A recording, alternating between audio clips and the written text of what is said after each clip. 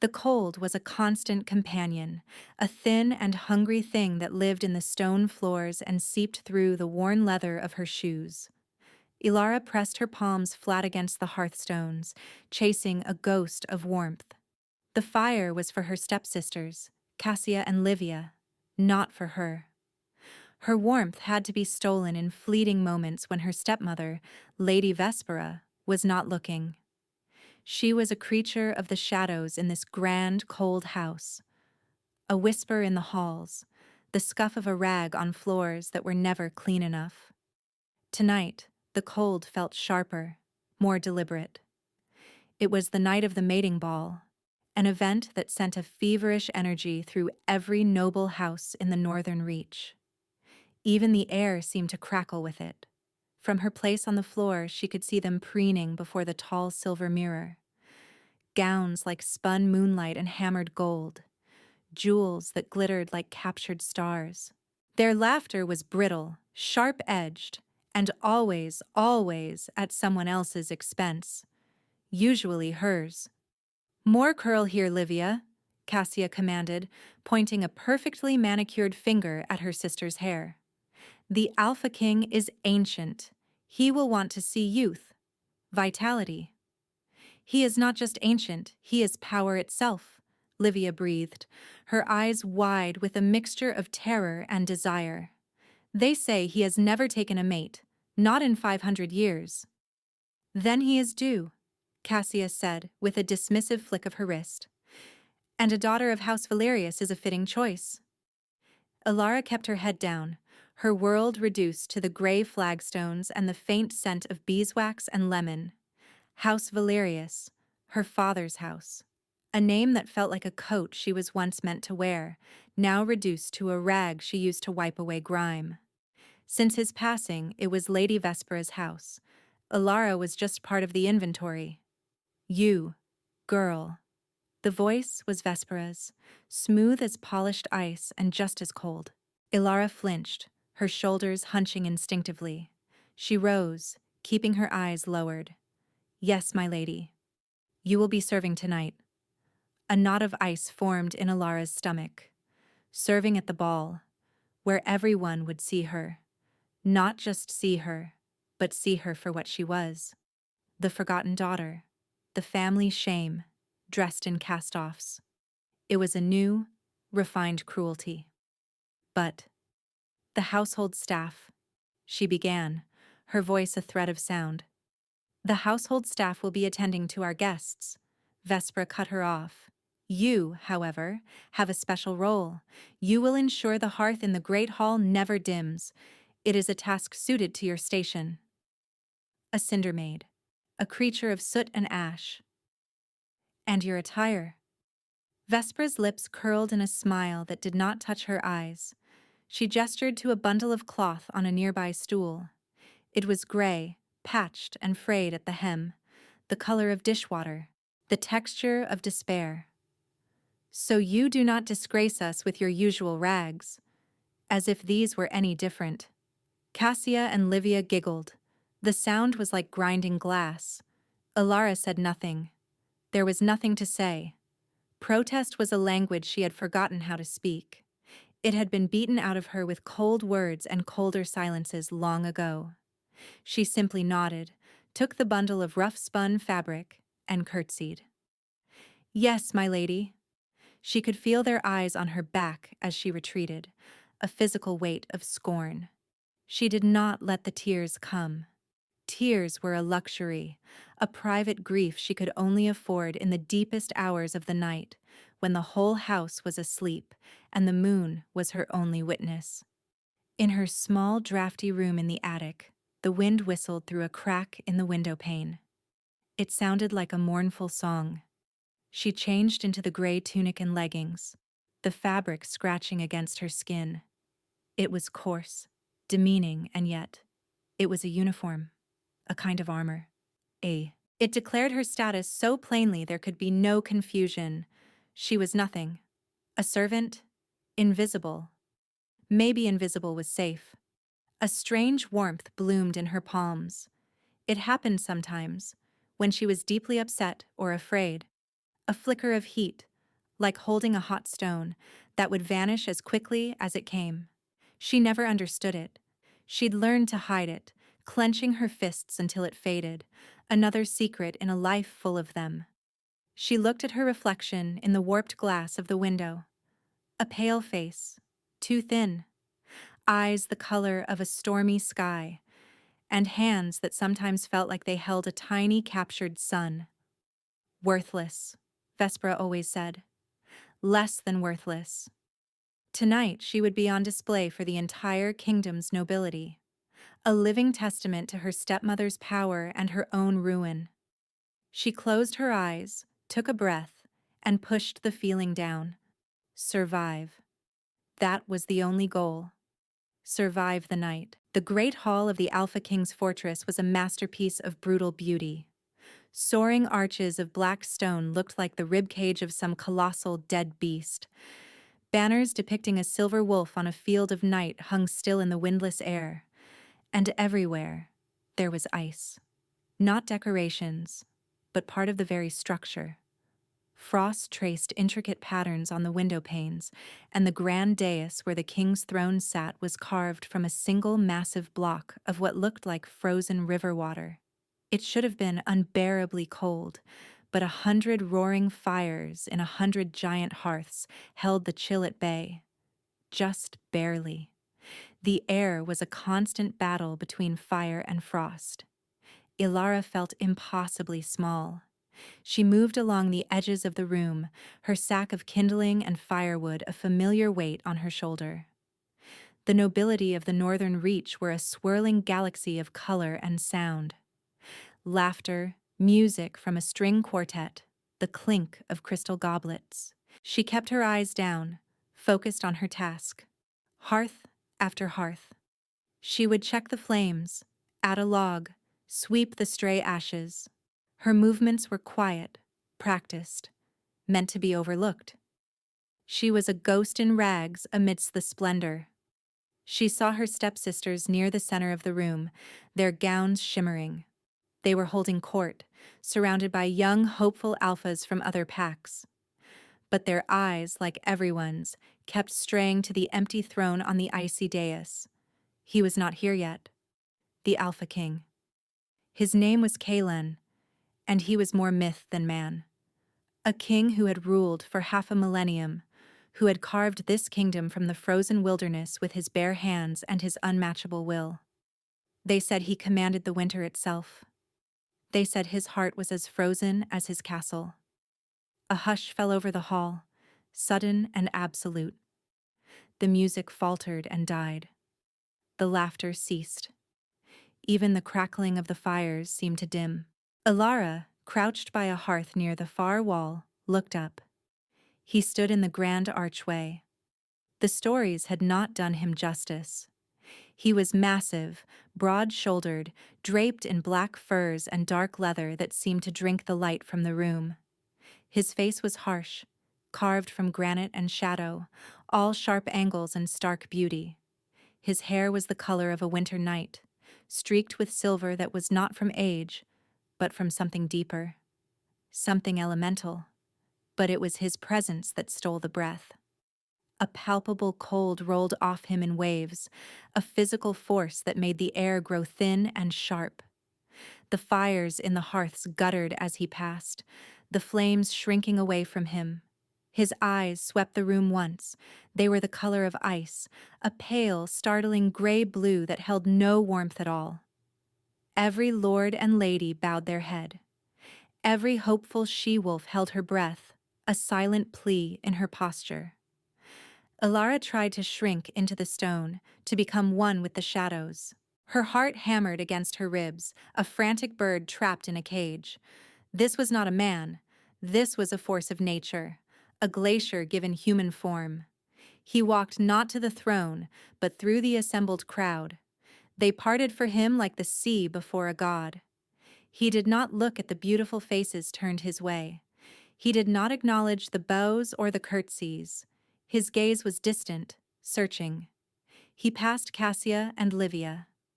Ilara saw Cassia's triumphant smile falter, confusion clouding her perfect features as he moved by without a glance. His path was direct, unerring, and it was aimed directly at her. No, it was impossible. He was looking past her, at the fire, at the wall, at anything but her. But he kept coming. The crowd, silent and baffled, turned as one to follow his progress. 100 pairs of eyes fell upon the girl in rags by the fire. Ilara felt their collective gaze like a physical blow. Her face burned with shame. She wanted the stone floor to swallow her whole. He stopped. He stood before her, looming, a mountain of night and winter. The cold coming off him was so intense it made her teeth ache. She was still crouched, frozen, a log held halfway to the fire. Slowly, as if in a dream, she looked up. She met his eyes.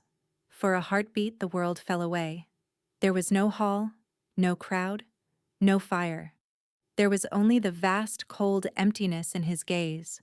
She saw loneliness there.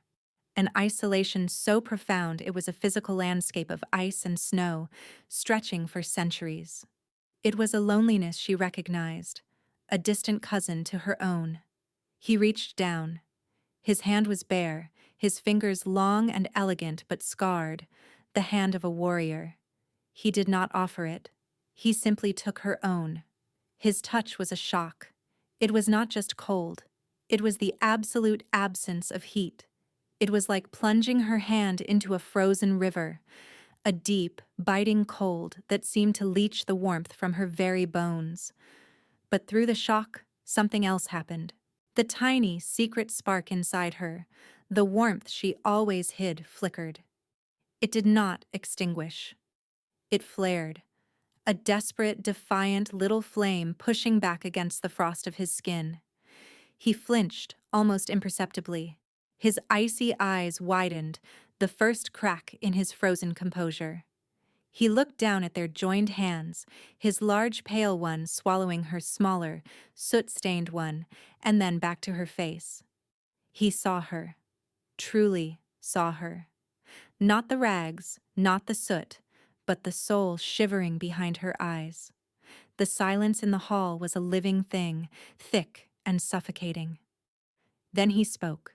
His voice was a low rumble like distant thunder under a frozen lake. It was not loud, but it filled the entire hall. This one. 2 words. A declaration. A judgment. He straightened, pulling her gently to her feet. She stumbled, her legs numb. He held her hand firmly, a cold anchor in a swirling sea of confusion and fear. He turned, his gaze sweeping over the stunned faces of the nobility, over the furious, disbelieving glare of Lady Vespera, over the shocked and jealous masks of Cassia and Livia. He did not offer any explanation. He did not need to. He was the king. His will was law. He began to walk, leading her away from the hearth, away from her life of ash and servitude. He walked her through the stunned crowd, past the rows of beautiful she-wolves who were now invisible. He danced with no one. He spoke to no one else. He had made his choice. And Ilara, trembling, her hand burning with a cold so deep it felt like fire, could only follow. She was falling. Or maybe, for the first time, she was being lifted up. She didn't know which was more terrifying. The king's private wing was a realm of silence and shadow.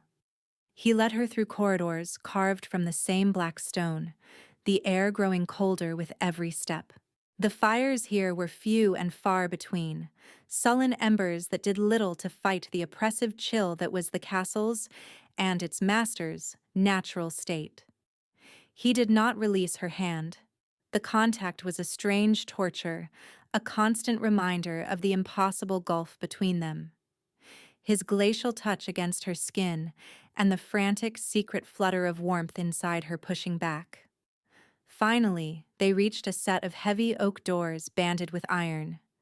He pushed them open and led her inside. It was a suite of rooms, lavish and large, but utterly devoid of life. A massive bed with dark fur blankets, a sitting area with stiff, ornate chairs, and a fireplace that was cold and dark. Dust motes danced in the single beam of moonlight slanting through a tall, narrow window. The entire space felt like it had been holding its breath for a century. He released her. The sudden loss of contact left her hand feeling both burning and numb. She instinctively wrapped her arms around herself, trying to ward off a chill that was now deep inside her. He stood across the room from her, a figure of intimidating stillness. The silence stretched, thick with unspoken questions. Her heart hammered against her ribs. What did he want? Why her? This had to be a mistake, a cruel joke. "You will stay here," he said. His voice was flat, devoid of the possessive power it had held in the great hall. It was just tired. "Your Majesty," she whispered, the words scratching her throat. I don't understand." He turned his head to look at the cold hearth, his profile stark against the moonlight. "There is nothing to understand. I have made my choice. You are to be my mate. My queen." The word queen was so absurd, so utterly disconnected from her reality, that a hysterical laugh almost bubbled up her throat. She choked it down. Queen. Her, in her servant's rags, with soot on her cheek and calluses on her hands. But why? The question escaped before she could stop it. It was insolent, dangerous, but she had to know. There were hundreds of others. Noble ladies, beautiful. They were not what I require, he cut in, his tone sharp, final. He turned back to face her, his icy eyes pinning her in place. This is not about beauty or nobility. This is a matter of necessity. An arrangement. An arrangement. The word was a shield, a boundary.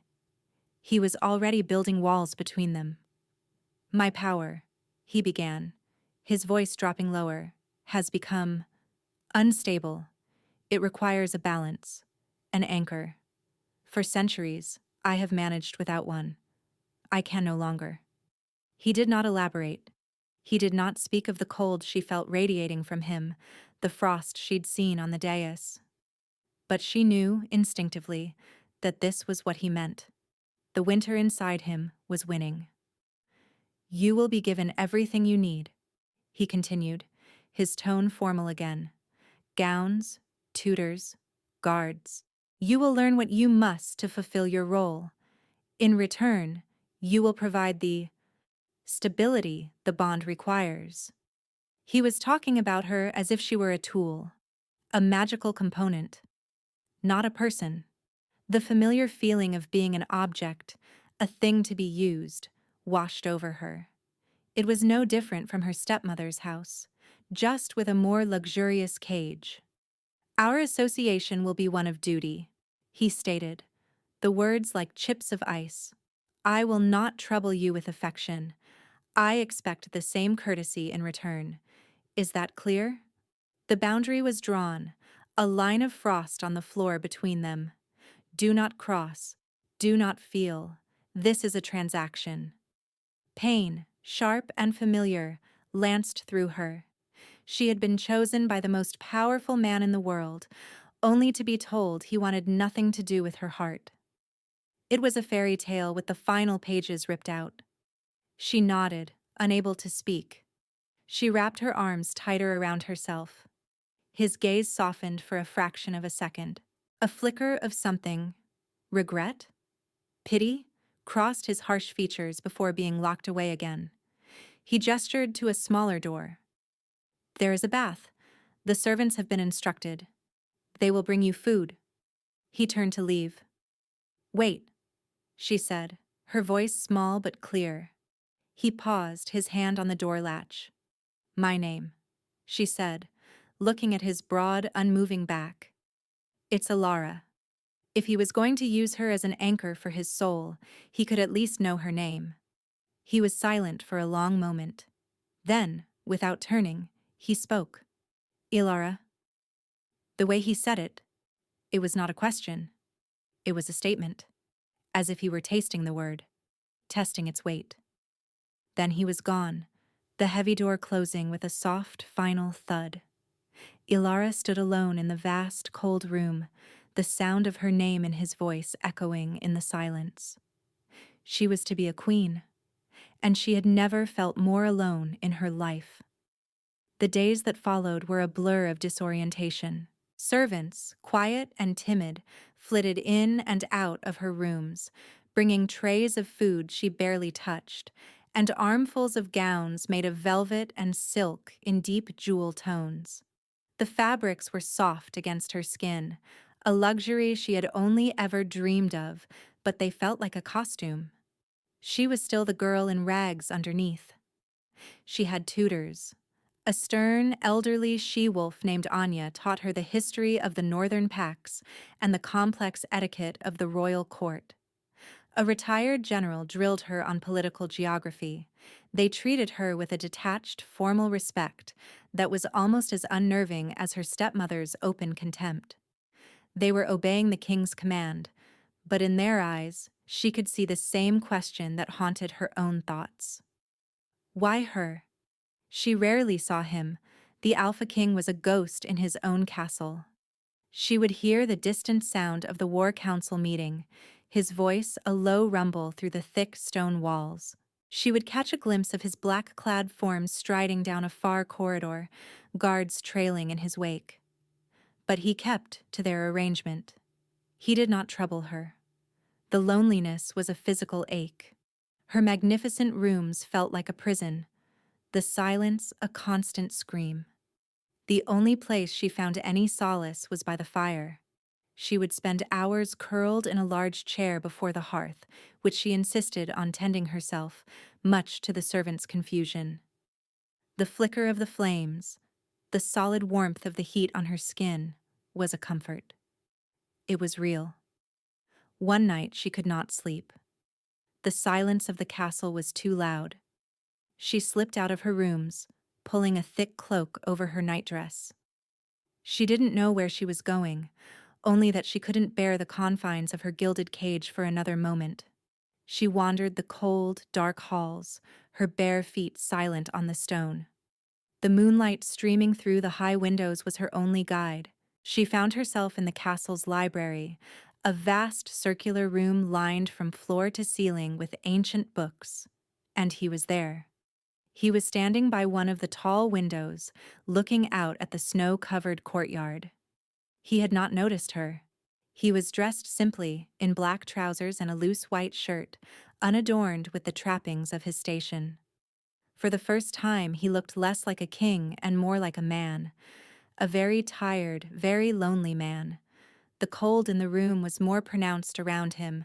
She could see her breath misting in the air. Frost was creeping up the edges of the windowpane he stood beside, a delicate, deadly lacework of ice. She should have retreated, fled back to her rooms. This was a breach of their arrangement, but she was frozen in place, watching him. He sighed, a sound of profound weariness, and ran a hand through his dark, silver-streaked hair. Then he stiffened, his whole body going rigid. He slowly turned his head, his ice-chip eyes finding her in the shadows. Fear jolted through her. She had been caught. I am sorry, Your Majesty," she stammered, curtsying awkwardly. "I could not sleep. I will return to my rooms." He did not command her to leave.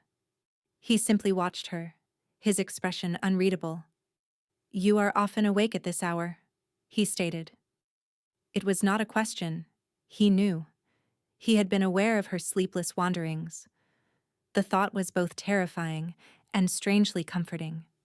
"The castle is quiet," she offered, her voice barely a whisper. "It has been quiet for a very long time," he said. His gaze drifted back to the window. "I find I no longer notice it." She took a hesitant step forward, drawn by the thread of melancholy in his voice. "The fires are never lit in this wing." "I do not feel the cold," he said simply. It was a lie. She knew it was a lie. She could see the tension in his shoulders, the faint, almost imperceptible tremor in his hand as he rested it on the windowsill. He did not feel the cold because he was the cold. It lived in him. I do, she said softly. His eyes snapped back to hers. There was a flicker of surprise in them. She was not supposed to challenge him, not even this gently. She found her courage. Everyone in this castle is afraid of you. They are afraid of the cold. So they let the fires die, thinking it pleases you. But it does not please you. It only makes the castle as lonely as you are. The words hung in the air between them, shocking in their honesty. She had spoken a truth no one else dared to. She expected anger, a cold dismissal. Instead, he was utterly still. He stared at her, and for the first time, she saw past the mask of the Alpha King. She saw a flicker of raw vulnerability, a glimpse of the man trapped inside the glacier. You see a great deal for a girl who spent her life staring at floors, he said, his voice quiet, rough. The barb should have hurt, but it didn't. It was a statement of fact. When you stare at floors, she replied, her voice gaining a little strength, you learn to notice things others overlook. Cracks, shadows, small things trying to grow in the dark. A strange, tense silence fell. He was reading her, she realized, just as she was reading him. The boundary of their arrangement was still there, but they were standing on the very edge of it, staring across at each other. He took a step away from the window and towards a pair of chairs near the unlit hearth. The fires are not lit, he said, his voice tight, because proximity to flame aggravates my condition. It was a confession, a crack in the ice. He was admitting to a weakness, to her. The cold is a part of me, Alara, he continued, saying her name for the second time. It sounded different now, softer. A curse in my bloodline. For generations, the kings of my line have grown colder with time, until the winter consumes us entirely. Strong emotion hastens it. Her breath caught in her throat. Love, fear, rage, the very things that made one feel alive would kill him. The arrangement, the distance. It wasn't cruelty. It was self-preservation. Why did you choose me? She whispered. The question raw and real this time, not born of confusion but of a desperate need to understand this impossible man. He looked at her, his eyes holding a universe of ancient sorrow. When I took your hand, he said, his voice barely audible, for the first time in a century, I felt something other than the cold. He did not say he felt warmth, but she understood. Her secret spark had touched his eternal frost. It was just for a moment, he went on, his mask of indifference slipping back into place. A flicker. But the bond requires a resonance. You resonate. He was still trying to frame it in clinical terms. Resonance, balance. But she had seen his eyes. She had heard his voice. This went deeper. Without thinking, she walked to the cold hearth. She knelt just as she had 1,000 times in her stepmother's house. She opened the flue, arranged the old, dry logs, and took a flint and steel from a box on the mantel. "What are you doing?" he asked, his voice sharp with alarm. "You said proximity to flame aggravates it," she said, not looking at him. "You did not say a small distant fire would harm you." She struck the flint. A spark caught on the tinder. A tiny flame was born. She fed it, nurtured it, until a small, steady fire was burning in the grate. It was not a roaring blaze, just a gentle glow that pushed back the deepest shadows and painted the room in soft, warm colors. She stood and turned to him. He had not moved from his chair, but his hands were clenched into tight fists on his knees. He was watching the fire, his expression a mixture of fascination and pain. "Stay," he said, the word a quiet command, a plea. She did not return to her rooms. She took the other chair, across the hearth from him, and sat. They did not speak. They simply sat there for hours, the king of winter and the girl of ash. sharing the small, defiant warmth of a single fire in the heart of a frozen castle. And the frost on the windowpane, she noticed, had begun to melt. The nightly visits to the library became their unspoken ritual, an intimacy that grew in the spaces between words. They would sit by the small fire she built, a silent truce between his ice and her flame. Sometimes they talked. She told him about her father, a kind man who had taught her the names of the stars. He told her of battles fought before the trees in the forest were saplings, of a world that no longer existed. He never spoke of the curse again, but she saw it. She saw it in the way he sometimes flinched if he moved too close to the fire, the way he would cradle his hand after a long day, a faint blue tinge to his skin. The cold was his constant, silent enemy. She was beginning to see the man, Kalen, the man who was witty and burdened and profoundly alone. The mask of the Alpha King was for the court, for the world.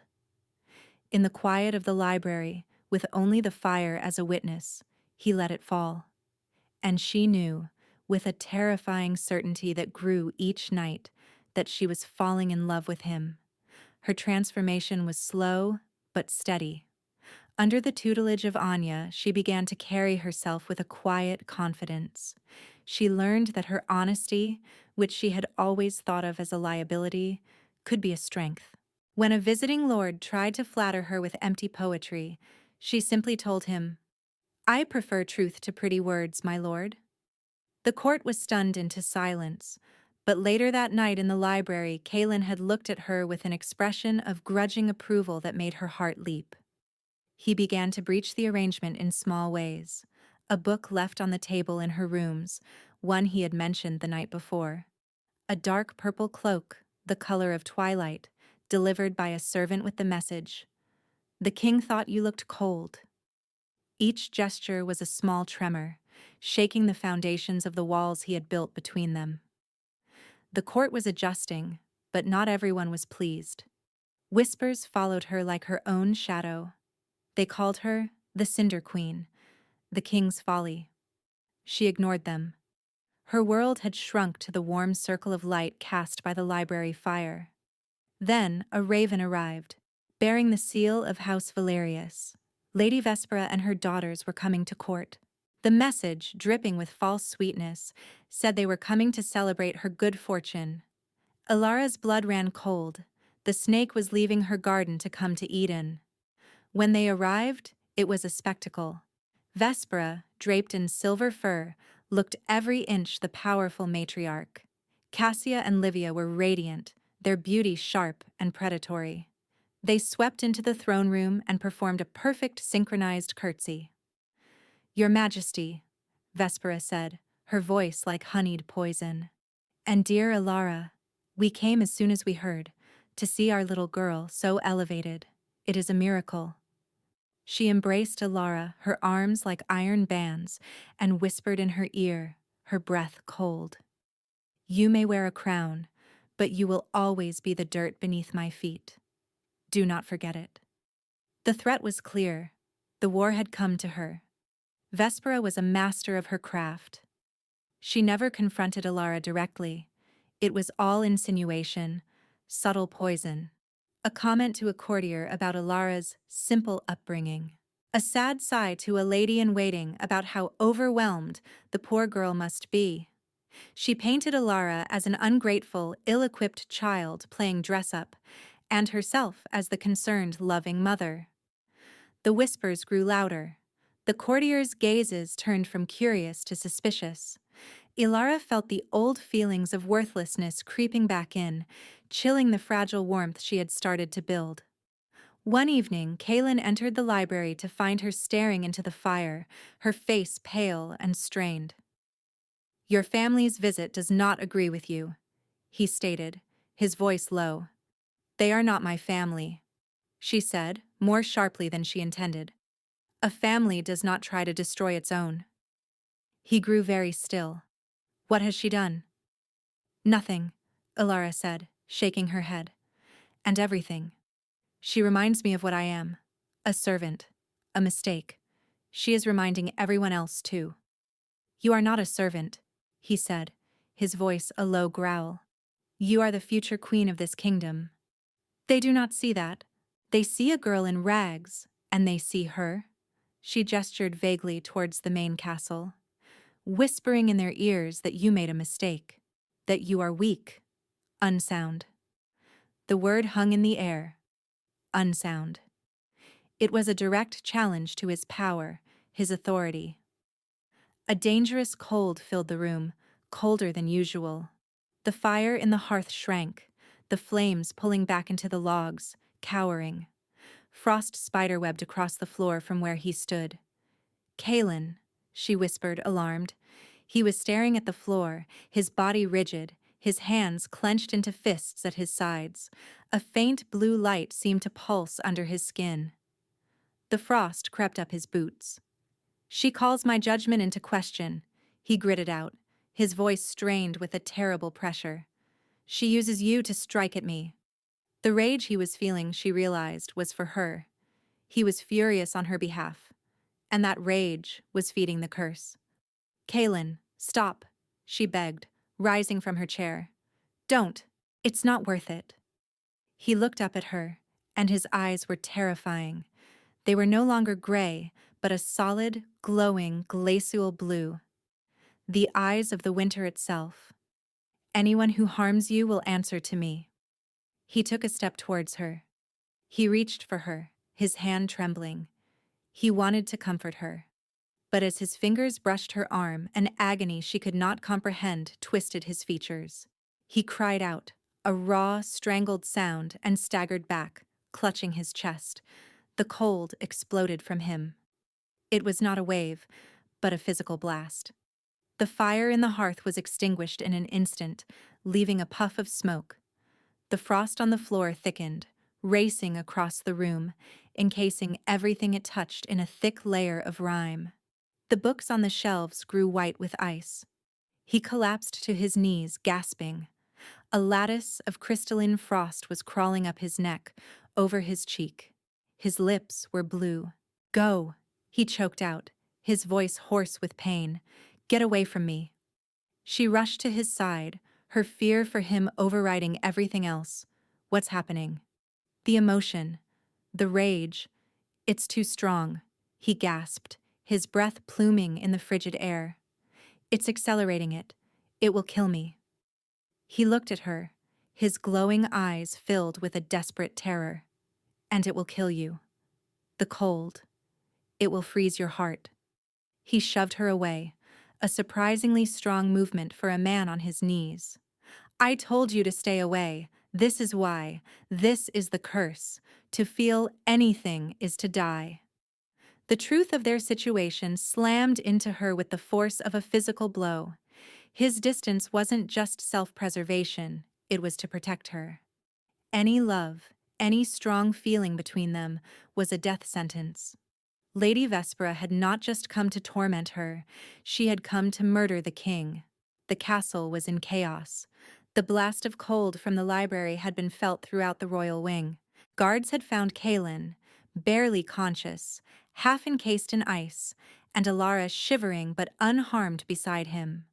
They moved him to his chambers, a vast cold room dominated by a bed that looked like a funeral slab.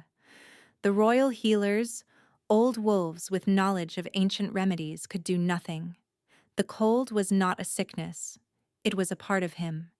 They could only watch as it slowly, inexorably consumed him. Alara was barred from the room. The guards at the door were polite, but firm. The king's condition is volatile, my lady. It is not safe. She knew the truth. He had ordered them to keep her away, to protect her from the death that radiated from him. The despair was a physical weight, crushing the air from her lungs. She had just found him. She had just seen the man behind the monster, had just allowed herself to feel the first fragile shoots of hope in a lifetime of winter. And now he was being taken from her. Lady Vespera seized the opportunity with viperous speed. She called an emergency session of the Council of Alphas, the powerful lords who governed the various territories. Hiding in an alcove overlooking the council chamber, Ilara listened, her heart turning to stone. Our king is dying, Vespera announced, her voice ringing with false grief. The curse of his bloodline, a secret he has kept for centuries, has finally claimed him. His power is unstable. He is a danger to us all. Murmurs of fear and agreement rippled through the assembled alphas. The kingdom cannot be without a leader, Vespera continued, her voice hardening. The law is clear. An unstable alpha cannot rule. A new mate must be chosen, one who is strong, healthy, from a pure and powerful bloodline, to guide the kingdom through this crisis until a new alpha rises. She gestured to Cassia, who stood beside her, looking solemn and regal. My daughter, Cassia of House Valerius, offers herself to serve the kingdom, to be a regent mate, a pure vessel to ensure the continuation of our traditions. It was a coup, cloaked in tradition and law. Vespera was positioning her daughter to take the throne, and no one was objecting. They were afraid. The king was broken. His Cinder Queen was a powerless girl. Ilara felt the last of her hope crumble into dust. This was it. The final confirmation of her worthlessness. Kaelin was dying, and she was unable to do anything but watch as the woman who had ruined her life stole his kingdom. He would die, and she would be cast aside, or worse. She was turning to flee, to hide herself away and wait for the end, when she overheard two of Vespera's guards whispering near the doorway. The poison is ready. Lady Vespera will administer it herself. Poison? I thought the curse was doing the work for us. It is too slow. She wants him gone before the council can have second thoughts. It is a special tincture. Distilled essence of winter-rot fungus. It does not kill. It amplifies the cold that is already there. It will turn his heart to a block of ice in minutes. Looks just like the curse, only faster. Ilara froze, her blood turning to ice water. Poison. Vespera wasn't waiting. She was going to murder him. Now. Despair turned to a white-hot rage, the same rage that had almost killed Kaelin. But in her, it felt different. It was not cold. It was hot, a burning inferno in her chest. She saw Vespera leaving the council chamber, a small dark vial clutched in her hand.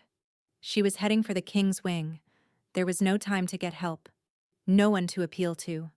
No one would believe her over the powerful Lady Valerius. It was up to her.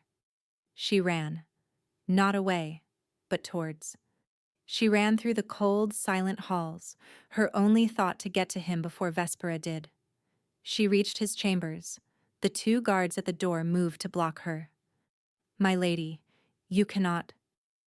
Get out of my way, she said. The voice that came out of her was not her own. It was low, resonant, filled with a power she did not recognize. It was the voice of a queen. The guards, stunned by her tone, hesitated for a fraction of a second. It was all she needed. She slipped past them and burst into the room. The sight that met her stole her breath. Kaelin lay on the bed, still as death. He was covered in a sheet of white frost. His skin was pale blue, his lips the color of a deep bruise. The air was arctic, so cold it burned her lungs. He was not just dying. He was being erased by winter. And Vespera was there, standing over him, the vial uncorked in her hand. She was about to pour the contents onto his lips. No! Ilara screamed. Vespera spun around, her face a mask of fury. You! Get away from him! Ilara snarled, planting herself between Vespera and the bed. Foolish girl! Vespera hissed, her composure returning. You cannot stop this. This is destiny. He is weak. I am strong. The kingdom needs a true leader, not a broken king and his pet servant. She lunged, not at Ilara, but at Kaelin, trying to get the poison to his lips. Ilara reacted without thinking. She threw herself in the way, grabbing Vespera's wrist. The vial flew from her stepmother's hand, shattering on the stone floor. The dark liquid sizzled, and the stones where it landed were instantly coated in a thick, unnatural ice. Vespera shrieked in fury and backhanded Alara across the face. The blow was brutal, sending her stumbling to the floor. Pain exploded in her cheek. "You have ruined everything," Vespera raged. "But it does not matter. He is almost gone, and once he is, I will deal with you." She turned and fled the room, shouting for the guards. Alara ignored her. She crawled to the bedside, her body aching, her vision swimming. All that mattered was Kalen. She reached out and touched his hand. The cold was absolute. It was not the cold of his living skin, but the dead, inert cold of ancient ice. There was no life, no warmth, no flicker of resistance. His heart. She could not feel a beat. She could not hear him breathe. He was gone. A sound tore from her throat, a sound of utter, soul-shattering agony. It was the cry of a world ending. No. The word was not a thought. It was a rebellion, a declaration of war against fate, against curses, against death itself. "No. I will not let you go." She scrambled onto the bed, heedless of the freezing cold that bit at her skin. She placed her hands flat on his chest, over the place where his heart of ice lay still. She closed her eyes and poured every ounce of her being into that touch. Her grief, her rage at Vespera, her despair, and beneath it all the fierce, defiant, impossible love she felt for this broken, beautiful man. The warmth that had always been a secret flicker in her palms ignited. It was not a spark this time. It was an inferno. Golden light erupted from her hands, so bright it bleached the room of all color. Heat, raw and powerful, poured from her. It was not the gentle warmth of a hearth fire. It was the untamed heart of a sun. The frost on Kalen's body hissed, turning to steam. The ice encasing the room shattered, melting into streams of water on the floor. The Arctic air was banished, replaced by a wave of life-giving heat. The power surged through her, a wild river breaking its banks. She felt it connect with the dead cold inside him. It was a battle. Her fire against his ancient winter. She pushed harder, feeding the flames with her will, with her love. She felt a resistance, the ancient power of the curse fighting back. But her fire was new. It was born of love and sacrifice, and it was stronger. She felt a crack, a seismic shift deep within him. The cold was not just melting, it was breaking apart. With a final desperate surge, she poured all of herself into him, holding nothing back. The light exploded, filling the entire castle, and then, silence. The light faded.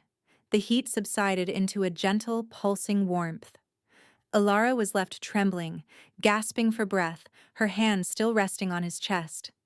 She was drained, utterly spent, but she was alive. Beneath her palms, she felt it. A single, strong, steady beat. Thump, thump. She opened her eyes. The blue tinge was gone from his skin. The frost was gone. Color was returning to his face. He was breathing, a deep, even breath. His eyes fluttered open. They were no longer the color of ice. The stark, pale gray blue was gone. In its place was a deep, warm slate gray, the color of a summer storm cloud. And they were focused on her. He looked from her face, filled with tear tracks and awe, down to her hands, which were still glowing with a soft, golden light. A slow, wondrous smile touched his lips.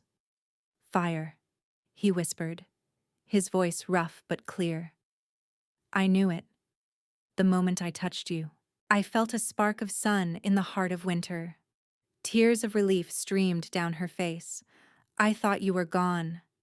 "The cold is broken," he said, his voice filled with a wonder that matched her own. He lifted a hand, his movement slow but steady, and touched her cheek. His skin was not cold. It was warm, alive. "You broke it." The doors to the chamber burst open. Vespera stood there, flanked by guards, her face a mask of triumphant fury. "Seize the girl, she has killed the king!" Her words died in her throat.